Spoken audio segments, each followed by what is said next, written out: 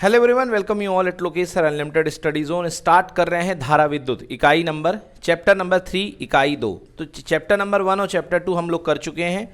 Okay, उसमें यदि कोई डाउट्स वगैरह आएंगे तो डाउट्स की एक्स्ट्रा क्लास हम लोग लगाते रहेंगे। और अब स्टार्ट कर रहे हैं चैप्टर नंबर 3 धारा विद्युत। तो पहले चैप्टर और दूसरे चैप्टर में आपने देखा कि आवेश जो हुआ था रुका हुआ था। आवेश क्या था? रुका हुआ था। अब आप आवेश को गतिमान करेंगे, अब आप आवेश को भगाएंगे। तो देखिए, किसी भी आवेश को, कौन सा आवेश भाई? गतिमान आवेश। तो गतिमान आवेश के लिए आपको चाहिए है एक कंडक्टर। क्या चाहिए? एक कंडक्टर, यानी कि मेटल धातु का टुकड़ा, चालक बोलते हैं जिसको। और चालक के अंदर जो होते हैं इलेक्ट्रॉन मुक्त अवस्था में घूमा करते हैं। बच्चों, ये मुक्त अवस्था में इलेक्ट्रॉन यहां से वहां टकराया करते हैं। और आप कहेंगे कि सर अगर इलेक्ट्रॉन यहां से वहां घूमेंगे तो विद्युत धारा बननी चाहिए, क्योंकि ये मुक्त इलेक्ट्रॉन है और मुक्त इलेक्ट्रॉन जब यहां से वहां चलेंगे तो विद्युत धारा बननी चाहिए। सुनिए, तो ये जो जिस वेग के कारण घूमते हैं इनको हम बोलते हैं इनका तापीय वेग। क्या बोलते हैं भाई साहब? तापीय वेग। तापीय वेग जो होता है, तापीय वेग के कारण एक ऐसा अनुमान लगाइए कि 10 इलेक्ट्रॉन अगर 1 सेकंड में ऊपर टकराए तो 10 इलेक्ट्रॉन कहां टकराए? नीचे। कहां टकराए? नीचे। तो ऑन एन एवरेज जितनी इसकी धारा बनी उतनी इसकी धारा बन गई। तो कुल धारा कितनी हो गई? 0, क्योंकि दोनों अलग अलग दिशाओं में टकरा रहे हैं। समझ में आया? तो इसके कारण तापीय वेग की वजह से इलेक्ट्रॉन गति तो करते हैं मगर किसी प्रकार की धारा आपको प्राप्त नहीं होती है। आई बात समझ में ना? परंतु यदि आप जैसे ही आप इस कंडक्टर के सिरों पर लालच लगाते हैं, उस लालच को बोलते हैं विभवांतर। क्या बोलते हैं? विभवांतर। विभवांतर इसलिए क्योंकि ऊर्जा का अंतर बनता है विभवांतर। तो एक टर्मिनल पे आप वोल्टेज की बैटरी का प्लस सेट करते हैं और दूसरे पे क्या सेट करते हैं? माइनस। तो ये आपने भी विभवांतर जैसे ही लगाया तो ये टर्मिनल प्लस हो जाएगा और ये टर्मिनल माइनस हो जाएगा। इलेक्ट्रॉन प्लस को पसंद करते हैं क्योंकि इलेक्ट्रॉन निगेटिवली चार्ज होते हैं, तो इलेक्ट्रॉन इस तरफ भागना शुरू हो जाते हैं। बोलिए जी, इलेक्ट्रॉन प्लस की तरफ भागना शुरू हो जाते हैं। इलेक्ट्रॉन विद्युत लगाए गए पोटेंशियल से, लगाए गए वोल्टेज से, विभवांतर से क्या डेवलप होता है? अंदर विद्युत क्षेत्र। क्या डेवलप होता है? विद्युत क्षेत्र। क्यों? आप सबको पता है कि विद्युत क्षेत्र की दिशा होती है प्लस से लेके क्या?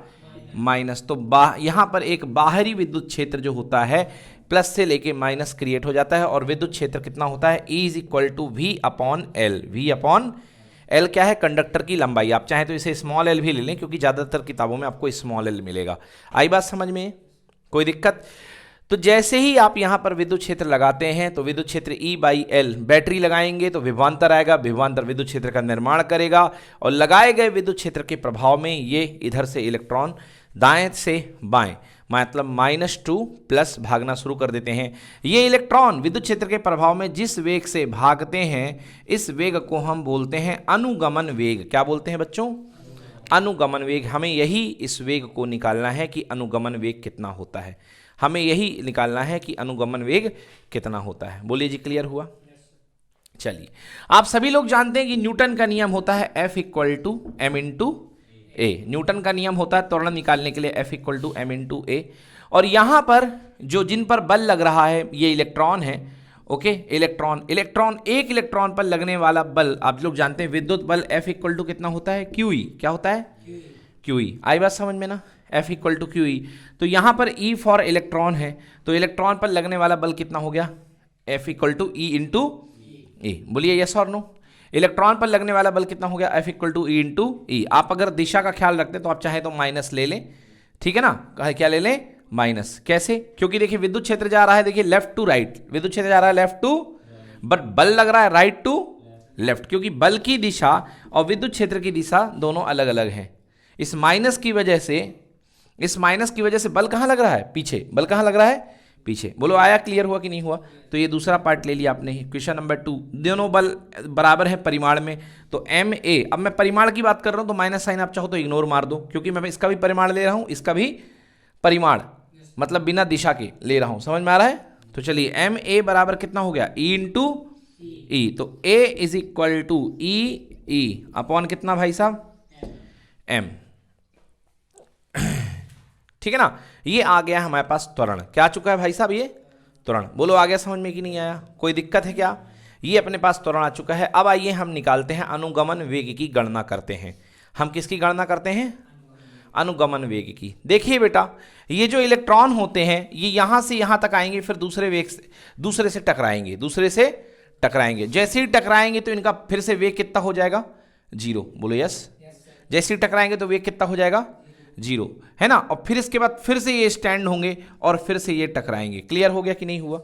तो निश्चित समय, दो टक्कर के बीच का निश्चित समय कहलाता है श्रांति काल। क्या कहलाता है बेटा, इसको हम रिप्रेजेंट किससे करते हैं, टाउ से। किससे रिप्रेजेंट करते हैं, टाउ से। इसे श्रांति काल बोलते हैं, इंग्लिश में इसे रिलैक्सेशन टाइम बोलते हैं। तो आपको समीकरण याद होगा, v बराबर u प्लस कितना, a इंटू टी होता है ना गति का समीकरण नंबर 1, v बराबर u plus a into T. तो v जिस वेग से भाग रहा है इलेक्ट्रॉन, उस औसत वेग को हम क्या बोलते हैं, अनुगमन वेग। क्या बोलते हैं, तो v d for drift, drift मतलब अनुगमन, इक्वल टू u कितना है, जीरो। ए देखो बेटा कितना निकाला, E upon M, E capital E upon कितना, एम, और टाइम कितना लगता है, टाउ। तो V D equal to E capital E tau upon कितना, एम। अब आप चाहें तो सदिश का इस्तेमाल कर सकते हैं। यहां पर भी अगर माइनस था तो यहां पे माइनस लगाए रहें, माइनस लगाए रहें, ओके। और वेक्टर भी लगा दे भाई, अगर माइनस का सम्मान कर रहे हैं तो, ओके। यहां पे भी माइनस, यहां पे भी वेक्टर, यहां पे भी वेक्टर। तो वेक्टर फॉर्म में आ चुका है हमारे पास V D equal to minus E E tau upon M. ऐसा क्यों आया है जरा देखिए जी। देखिए ड्रिफ्ट वेलोसिटी कहां चल रही, दाएं से बाएं कि बाएं से दाएं, दाएं से बाएं। देखिए ड्रिफ्ट वेलोसिटी पीछे की तरफ है, और विद्युत क्षेत्र कहां है, आगे की तरफ। बोलिए यस और नो, है ना आगे की तरफ। और दोनों की दिशाएं अलग अलग है कि सेम है, अलग अलग है। तो ये माइनस साइन बता रहा है कि विद्युत क्षेत्र जो है दिशा अपोजिट होगी। आई बात समझ में ना। तो V D is equal to E E tau upon M. Clear हुआ कि नहीं हुआ। अब एक बात यहां से क्या समझ में आ रही है कि वी डी ड्रिफ्ट वेलोसिटी जो होती है वो विद्युत क्षेत्र के समानुपाती होती है। मतलब विद्युत क्षेत्र जितना तगड़ा लगाएंगे आप, ड्रिफ्ट वेलोसिटी उतनी तगड़ी बनेगी। बोलो आया समझ में, कोई दिक्कत। अच्छा ई का मान कितना होता है बेटा, V upon L, V upon L. तो यदि मैं यहां पे रख दूं v drift is equals to E capital v, है ना, और यहां पे टाउ और यहां पे m इंटू कितना, l। v मतलब वोल्टेज, v मतलब जितना ज्यादा वोल्टेज लगाएंगे ड्रिफ्ट वेलोसिटी उतनी ज्यादा होगी। बोलिए यस और नो, है ना। जितना ज्यादा वोल्टेज लगाएंगे ड्रिफ्ट वेलोसिटी उतनी ज्यादा होगी, विभवांतर के समानुपाती। परंतु लंबाई जितनी ज्यादा होगी ड्रिफ्ट वेलोसिटी उतनी क्या होगी, कम होगी। क्योंकि लंबाई बढ़ेगी तो ड्रिफ्ट वेलोसिटी यानी कि अनुगमन वेग क्या होता जाएगा, कम होता जाएगा। तो वी डी व्युत्क्रमानुपाते एल। लो भाई साहब, ये बन चुका है अनुगमन वेग का पूरा, मतलब अनुगमन वेग हमने यहाँ पे निकाल दिया है। ओके जी, कोई दिक्कत, बन जाएगा, नोट करिए, ठीक है ना। हाँ, यू यानी प्रारंभिक वेग। जब दो टक्कर के बीच में आप लेते हो तो ये चला कहां से था, जीरो से। कहां से चला था, फिर त्वरित होता है, त्वरित होने के बाद वेग प्राप्त करता है। बोलो हाँ। और फिर दूसरी टक्कर हो जाती है तो फिर दूसरे को भगाता है। बोलो हाँ, समझ में आया ना। तो प्रारंभिक वेग कितना था, जीरो था, ठीक है ना। और यहां पे जो वी डी है ये एक प्रकार का हमने औसत वेग माना है कि सारे इलेक्ट्रॉनों के लिए एक प्रकार का औसत वेग कितना होगा वो कहलाएगा वी डी। इसको बोलते हैं अनुगमन वेग, है ना जी। क्योंकि लाखों करोड़ों इलेक्ट्रॉन है भाई, तो सबके लिए हमने मान लिया कि यार मान लो कि तुम सबके सब औसत वेग से गति कर रहे हो। एक हमने तुम्हारा औसत वेग मान लिया, उसको हम क्या बोलते हैं, वी डी, ठीक है। तो विद्युत क्षेत्र की उपस्थिति में जो वेग आपको मिलता है, याद रखना, विद्युत क्षेत्र की उपस्थिति वाला जो वेग होता है उसको हम बोलते हैं कौन सा वेग, अनुगमन वेग। और अगर जो विद्युत क्षेत्र ना हो तो वो जो वेग कहलाता है वो कौन सा कहलाता है, वो कहलाता तापीय वेग। कौन सा वेग, तापीय वेग। समझ में आया ना। वो मतलब कि तापीय प्रक्षोभों की वजह से, गर्मी के झोंके की वजह से वो वेग उत्पन्न होता है। चलिए फिलहाल इसको पॉज करके डाउनलोड कीजिए, लिख लीजिए।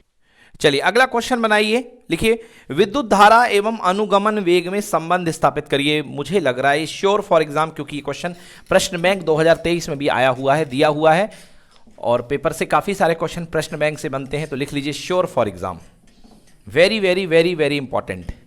चैप्टर नंबर 2 से बच्चों बहुत सारी चीजें हटा दी गई हैं। चैप्टर नंबर 2 से काफी सारी चीजें हटा दी गई हैं, जैसे व्हीट स्टोन ब्रिज, समझ गए ना, विभव मापी, कितनी सारी डिवाइसेस थी, मीटर सेतु, रेजिस्टेंस यानी कि प्रतिरोधों का श्रेणी क्रम एवं समांतर क्रम संयोजन, बहुत सारी चीजें हटा दी गई हैं और बहुत जरूरी चीजें हटा दी गई हैं, ठीक है ना। तो इसको अपन को एग्जाम में कवर नहीं करना है, तो अपन जो अभी मेन सिलेबस है उसको लेकर के चल रहे हैं, ठीक है ना। तो क्या सवाल किया है मैंने भाई साहब, इंपॉर्टेंट है, अनुगमन वेग और विद्युत धारा में संबंध स्थापित कीजिए। तो अभी तक हमने क्या ज्ञात कर लिया है, हमने ज्ञात कर लिया है वी डी। अनुगमन वेग equal to small E capital E tau upon कितना m, यही था ना जी। ये हमने क्या ज्ञात कर लिया अभी तक हमने ज्ञात कर लिया है अनुगमन वेग। अब आइए देखते हैं, हमारे पास एक चालक है, हमें विद्युत धारा लेकर के आना है। तो विद्युत धारा की परिभाषा हो जाए। विद्युत धारा क्या होती है? आवेश प्रवाह की दर को बोलते हैं विद्युत धारा। आवेश प्रवाह की दर को विद्युत धारा। आवेश किस रफ्तार से जा रहा है, किसी चालक के अंदर से आवेश किस रफ्तार से जा रहा है, इसको हम क्या बोलते हैं? विद्युत धारा। समझ में आ गया ना। अगर t सेकेंड में q आवेश निकल जाता है, मान लो ये कोई सेक्शन है, कोई अनुप्रस्थ काट दिया गया है t सेकेंड में, और t सेकेंड में इधर से q आवेश जो होता है इस पार से उस पार चला जाता है, तो एकांक सेकंड में 1 सेकंड में कितना आवेश जाएगा? q upon T. एक समय में, इकाई समय में जाने वाले आवेश की संख्या को ही बोलते हैं अपन विद्युत धारा, है ना। एकांक समय में जाने वाले आवेश की मात्रा। सो I इज इक्वल टू क्या हो गया? q upon T. और जिसके नीचे समय आ जाता है तो वो क्या बन जाता है? दर। क्या बन जाता है? तो आवेश प्रवाह की दर को ही हम क्या बोलते हैं? विद्युत धारा। जैसे आप सटक में पानी का इस्तेमाल करते हैं, अगर पानी बहुत ज्यादा तेजी से निकलता है इसका मतलब पानी की धारा बहुत तेज है ना। और 1 सेकंड में कम पानी निकलता है मतलब पानी की धारा बहुत कम है। समझ में आया ना। डिपेंड किस पे करता है कि कितना आवेश निकल रहा है, तो वहां पर पानी का द्रव्यमान निकलता है। समझ में आया। और यहां पर क्या है भाई साहब? यहां पे क्या? आवेश की मात्रा। तो q बाई टी, q मतलब कुलाम, t मतलब समय, है ना। t मतलब समय, कुलाम। और यहाँ पे समय किस में नापेंगे? सेकंड में। किस में नापेंगे? सेकंड में। तो इसकी इकाई कितनी हो जाएगी? कुलाम पर सेकंड। और इसको एंद्रे मेरे एम्पियर के सम्मान में क्या बोला जाता है? एम्पियर। क्या बोला जाता है? एम्पियर। ठीक है जी। पहले चैप्टर में आप लोगों ने पढ़ चुका है कि चार्ज जो होता है q बराबर कितना होता है? Ne। क्वांटाइज होता है चार्ज, पता है ना। q बराबर कितना? Ne। किसी भी वस्तु का जो संपूर्ण आवेश होता है ना, वो इलेक्ट्रॉन का पूर्ण गुणज होता है। इलेक्ट्रॉन के आवेश का क्या होता है? पूर्ण गुणज, है ना। आओ बच्चों देखते हैं। तो सवाल करते हैं। मान लीजिए ये आपके पास एक चालक है और इस चालक के अंदर आवेश घनत्व प्रति एकांक आयतन में आवेश की मात्रा है n। ठीक है जी, लिख देता हूं। n क्या है भाई साहब? इस चालक के अंदर, चालक के, ये लाइन बहुत इंपॉर्टेंट है, चालक के प्रति एकांक आयतन पर आवेश पर इलेक्ट्रॉन की मात्रा। प्रति एकांक आयतन पर इलेक्ट्रॉन। तो प्रति एकांक आयतन मतलब एक आयतन पे कितने इलेक्ट्रॉन है? n इलेक्ट्रॉन है। कितने इलेक्ट्रॉन है? n। चालक की लंबाई कितनी है भाई साहब? l। चालक के अनुप्रस्थ काट का क्षेत्रफल कितना है? a। तो आप लोग जानते हैं ये चालक कैसा दिख रहा है भाई साहब? बेलनाकार। वेरी गुड बेटा। बेलन का जो वॉल्यूम होता है, जो आयतन होता है, वो होता है पाई आर स्क्वायर इंटू कितना? h। फिलहाल पाई आर स्क्वायर इंटू h।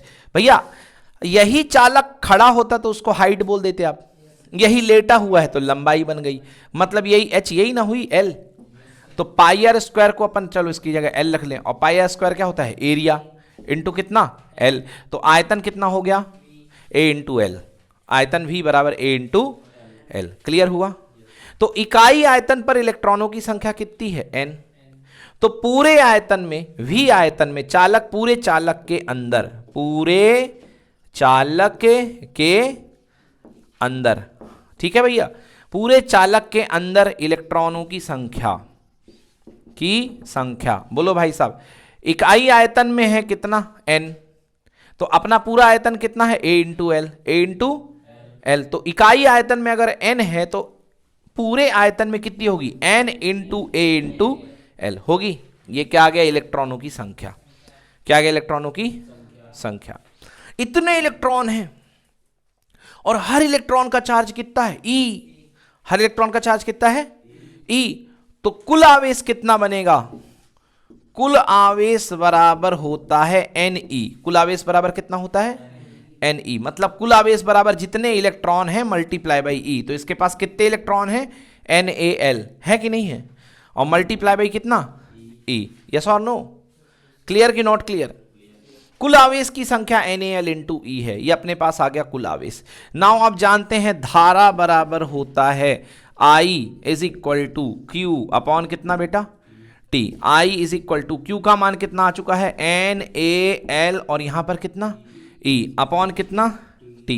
बच्चों लंबाई बटे समय सब लोग जानते हैं, लंबाई कुल कितना है एल और समय कितना लगेगा टी। ओके लंबाई बटे समय है ना, लंबाई यानी विस्थापन बटे समय अंतराल को वेग बोलते हैं कि नहीं बोलते हैं, बोलते हैं कि नहीं बोलते हैं। तो चलिए I is equal to N E A और इलेक्ट्रॉन किस वेग से गमन करते हैं, अनुगमन वेग से। तो समीकरण बन के आ चुका है विद्युत धारा का I बराबर N E A V D. Note कर लीजिए I is equal to N E A V D, ये है विद्युत धारा का समीकरण। इसी को बोलते हैं अनुगमन वेग एवं धारा में संबंध। ठीक है जी।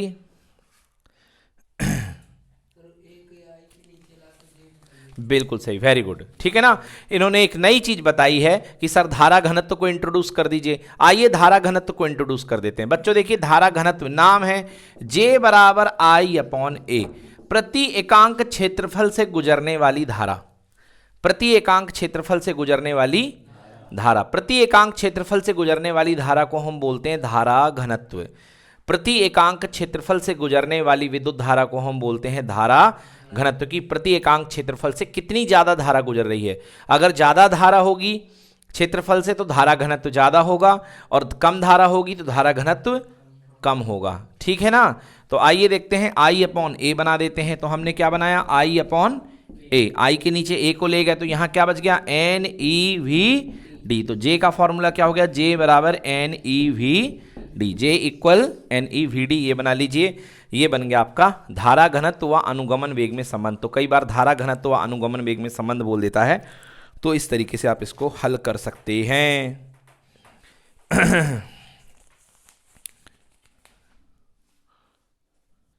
चलिए अगला टॉपिक बनाइए, बहुत बढ़िया अच्छा खूबसूरत सा टॉपिक लिखिए ओम का नियम। ओम का नियम पढ़ेंगे कि जॉर्ज साइमन ओम ने क्या कहा था। ओम का नियम कहलाता है ये, ठीक है ना, ओम का नियम। देखिए आपने देखा अभी क्या हुआ, आपने देखा है कि भाई यहां इसके अंदर होता है इलेक्ट्रॉन्स हुआ करते हैं, मुक्त इलेक्ट्रॉन होते हैं चालक के अंदर, और चालक के अंदर जैसे ही आप यहां पर वोल्टेज लगाते हैं, क्या लगाते हैं वोल्टेज लगाते हैं, और जैसे ही वोल्टेज लगाते हैं तो विद्युत क्षेत्र बन जाता है। क्या बन जाता है विद्युत क्षेत्र। वोल्टेज जितना तगड़ा होगा विद्युत क्षेत्र उतना तगड़ा होगा। देखा ना आपने, वोल्टेज जितना तगड़ा होगा V D equal to E tau upon कितना एम, याद है जी, V D equal to E tau upon M. अच्छा देखो क्या है, कुछ किताब में ये 2m लेते हैं। मैं आपको एक बात और बता दूं, कुछ किताब में या तो m ले लेंगे, कुछ किताब में 2m ले लेंगे। क्यों? उनका कंसेप्ट क्या है, उनका कंसेप्ट है कि भैया आपका प्रारंभिक वेग यहां क्या था 0 और अंतिम वेग आपका क्या बन गया vd। हाँ या ना, अंतिम वेग क्या बन गया vd। तो वो कहते हैं कि हम इसके बीच का भी औसत वेग लेंगे। मैं खुद vd को औसत वेग मान रहा हूं, मैं क्या मान रहा हूं vd को। अगर आप vd को औसत वेग मान के चलेंगे तो ये आएगा आपका ई टाउ अपॉन एम। बट कुछ किताबों में कहता प्रारंभिक वेग 0 है और अंतिम वेग कितना है v है, तो वो लोग क्या करते हैं औसत वेग निकालने के लिए इसको v मान लेते हैं और वो कहते हैं vd equal to 0 plus v by 2। तो कितना आ जाता है v बाई 2। तो जहां पर आप यहां पे v पुट करते हैं ना, यहां पे क्या आ जाता है v बाई 2। तो देखना जी मैं बताता हूं, तो vd इक्वल टू कितना हो गया v बाई 2। पकड़ना फीलिंग को बेटा, 1/2 और v का मान क्या आ गया है बोलो, वही ई टाउ अपॉन एम, ई टाउ अपॉन एम। तो आंसर आ जाता है ई कैपिटल ई टाउ अपॉन कितना 2m। तो ज्यादा देख करके परेशान मत होना, इससे कोई बहुत बड़ी तुमको जीत और हार नहीं मिल जाएगी, समझ गए ना। वो अपना अलग अलग नजरिया है देखने वालों का, है तो कांस्टेंट ही, कुछ प्रभावित तो करेगा नहीं। बोलो भाई साहब करेगा क्या। तो कुछ लोग क्या करते हैं, मैं औसत वेग ही vd मान के चलता हूं, बट कुछ लोग कहते हैं कि नहीं प्रारंभिक वेग 0 और अंतिम वेग v, और दोनों का जो औसत आएगा वो क्या होगा vd, दोनों का औसत जो आएगा वो क्या होगा vd। तो इसमें कोई दिक्कत वाली बात नहीं है बच्चों, आप चाहे ये यूज कर लो या कुछ किताबों में 2m लिखा है तो 2m ही यूज कर लो, कोई विशेष फर्क पड़ने वाला नहीं है। बोलो जी आया समझ में कि नहीं आया। तो भाई साहब आपने देखा, बहुत महत्वपूर्ण आपने सीन देखा कि ई की जगह मैंने रखा था V D is equal to E capital E, यहां से भैया V upon L tau M, बोलो हाँ। और I equal to N E A V D, I equal to कितना, N E A V D, I is equals to हो गया है N E A V D. यहां से मैं यदि वी डी को रोक लूं, वी डी को रोक लेता हूं, तो बेटा जी यहां पे इसका मान V D equal to I upon N E A आएगा कि नहीं आएगा? तो मैं इस वी डी की जगह रखता हूं आई अपॉन एन ई ए, बोलो यस, क्लियर, हाँ। ई वी, ये वी क्या है, विभव, वी क्या है, विभव, हाँ। और ये कितना, टाउ अपॉन कितना, एल, और ये कितना, एम। अब देखो सीधी सीधी रिश्तेदारी बन रही है, जितना जोर का विभव लगाओगे, जितना जोर का लालच आएगा, कहां भैया, क्यों एल है तो यहां पे वी डी है ना, वी बाई एल कर दिया ना, भूल गए क्या? विद्युत क्षेत्र बराबर वोल्ट बटे लंबाई, तो कर दिया एल उसको, उससे क्या दिक्कत है, बोलो जी हाँ। हाँ अब देखो जी, एन इलेक्ट्रॉनों की संख्या जो नमूना ले लिया उसमें फिक्स हो गया, बोलो हाँ। ई फिक्स है, ए फिक्स है, द्रव्यमान इलेक्ट्रॉनों का फिक्स है, हमारे अंडर में नहीं है। श्रांति काल टेम्परेचर के अंडर में है, तो टेम्परेचर फिक्स करके एक्सपेरिमेंट किया जाता है, जिससे श्रांति काल बदले ना, गर्मी ठंडी नहीं चलेगी, एक ही चीज चलेगी, बोलो हाँ। वी फिक्स कर दिया, बोलो हाँ। अब अगर एल लंबाई चालक की भी क्या है, फिक्स है। सीधी सीधी बात देखिए, अगर करंट जो है किस पे निर्भर कर रही, वोल्टेज पे। जितना जोरदार आप यहां वोल्टेज लगाओगे, 10 वोल्ट की बैटरी लगाओगे करंट कम होगी, 15 वोल्ट की बैटरी लगाओगी करंट क्या होगी, ज्यादा होगी। आई बात समझ में ना? तो आई किस पर डिपेंड कर रहा है, वी पर। सो आई इज इक्वल टू कितना होता है, सॉरी बच्चों, आई प्रोपोर्शनल टू क्या होता है, वी। सही रूल ये है कि किसी चालक से जाने वाली धारा, किसी चालक से जाने वाली, उस चालक के सिरों के मध्य लगाए गए विभवांतर के समानुपाती होती है। जितना जोरदार विभवांतर लगाओगे उतनी ज्यादा धारा बहेगी, बोलो आ गया समझ में ना? बट और तो फिर बोलोगे सर कांस्टेंट हटाओ, तो आई इक्वल टू कितना आ गया, जी वी। आई इक्वल टू कितना, ये है ओम का नियम, इसको जी को बोलते हैं कंडक्टेंस। क्या बोलते हैं, कंडक्टेंस। क्या बोलते हैं, कंडक्टेंस। देखो कैसे बनेगा अभी, चालकत्व, क्या बोलते हैं, चालकत्व। वी को रोक लो, इधर रोक लो, बोलो आई बटे कितना, आई इंटू 1 बटे कितना बराबर कितना, अब 1 बटे जी को क्या बोलते हैं, आर। क्या बोलते हैं, आर। तो वी बराबर कितना हो गया, आर आई। वी बराबर कितना हो गया, अरे जरा सोचो यार, यार बैटरी से धारा है कि धारा से बैटरी है, बैटरी से धारा है ना, सेल नहीं लगाओगे धारा कहां से बनेगी? तो I proportional to V. But याद रखना सरल है, इसलिए वी प्रोपोर्शनल टू क्या पढ़ते हैं दुनिया के लोग, आई।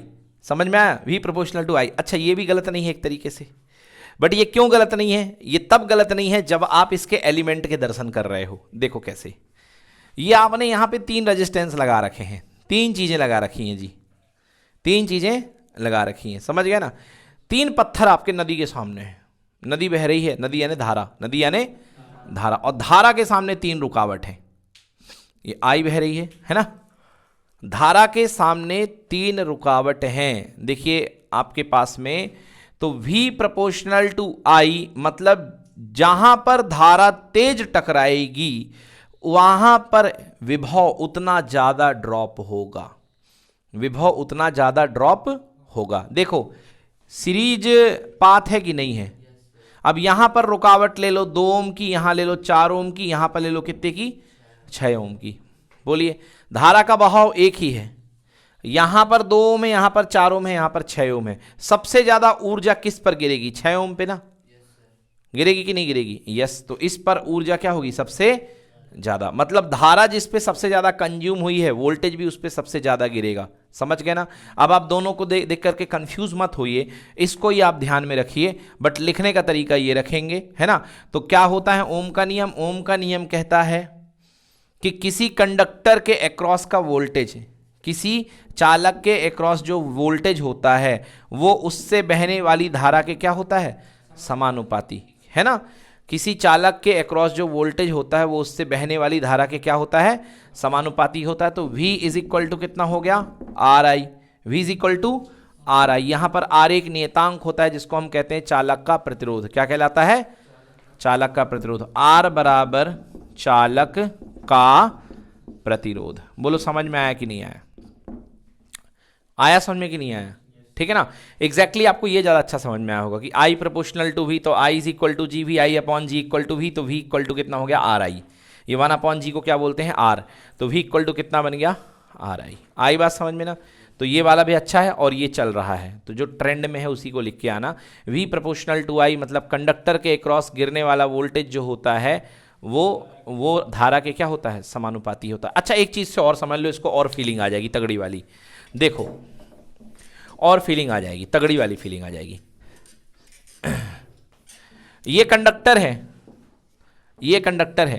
कंडक्टर क्या होता है? कंडक्टर का काम क्या होता है? बैटरी में से वोल्टेज को अपने ऊपर खत्म करना। बोलो हाँ।